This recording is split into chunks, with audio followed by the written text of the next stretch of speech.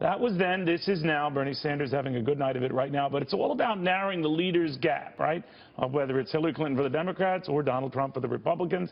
For Mississippi Dems and Michigan, as it's anyone's call how that gap might or might not be narrowed. Luis Miranda, the DNC Communications Director, joining us right now out of Miami, Florida. Luis, when you look at this, the argument is that Bernie Sanders, because his campaign is blessed with a lot of money and a lot of passionate supporters, he's not going to be folding his tent anytime soon, that he will probably go to Philadelphia and all the way to the convention. What do you make of that and the impact it could have on the party? Well, I think, first of all, thanks for having me on, and I think it's important to remember the DNC does stay neutral, so we're going to let the voters make the decisions here and this play out. But I will say that there certainly is a lot of enthusiasm in terms of donors. Senator Sanders alone has more than 4 million individual contributions, but Senator Clinton's done very well with the individual contributions as well. And part of what happens with each of our contests is that they're proportional allotment of the delegates. And so you are going to see them continue to creep up a little bit for both of the candidates, regardless of which one wins in a particular state. With the Republicans, it's a different dynamic because you do have a lot of states that are winner take all.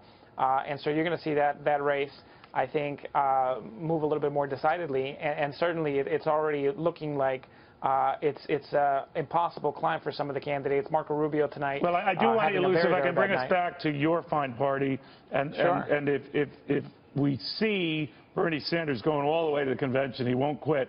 The concern among some Clinton loyalists is that it keeps her firmly on the left. She can't cut back to the middle. She still rejects the trade agreements that her husband orchestrated in the 90s. She still finds herself rejecting some of the trade deals her old boss, Barack Obama, orchestrated, and she's in a bit of a pickle for the general election in that event. So back to that issue. Do you see Bernie Sanders staying through the convention as a detriment to her? I think regardless at this point, you're going to see that whoever loses this race is still going to have a presence in the party, is still going to have a voice, is still going to have an impact in terms of the platform committee, for example, at the convention, very likely, and that's good because I think it'll show that there's a diversity. Could you see Bernie Sanders joining that ticket? That's another issue that came up. I think that'll be up to you know, if he was to lose, it would be up to Secretary Clinton to make that decision, up to him to decide. She would never do that, would she? She would never, ever do that, would she? But I'll tell you what. I think here's the important thing. I think that whichever one of them doesn't make it to the nomination is certainly still going to have an important voice. But I think as you've seen play out in the debates, and you're talking about trade, so you know we can talk about that directly.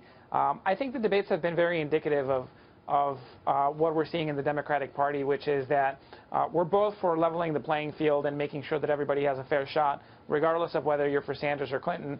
But what they're arguing about is the degrees. It's how do we better protect workers? How do we make sure that jobs are being created here, not just abroad?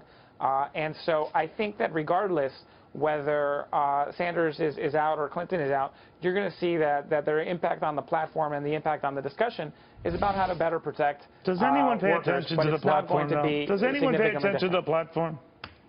Absolutely. I think it does help set the tone for the conversation around the convention. And it'll make a difference in terms of the debate and the dialogue heading into the general election. Okay. But at the end of the day, we're talking about degrees here. At the end of the day, they're both arguing on health care. How do we better cover people on the economy? How do we better expand opportunities for all? So I agree with you that it looks like we'll have both of these incredibly talented voices having a lot of presence going into the convention. But I think that's a good thing. Luis, thank you very, very much. Thanks so much, Neil.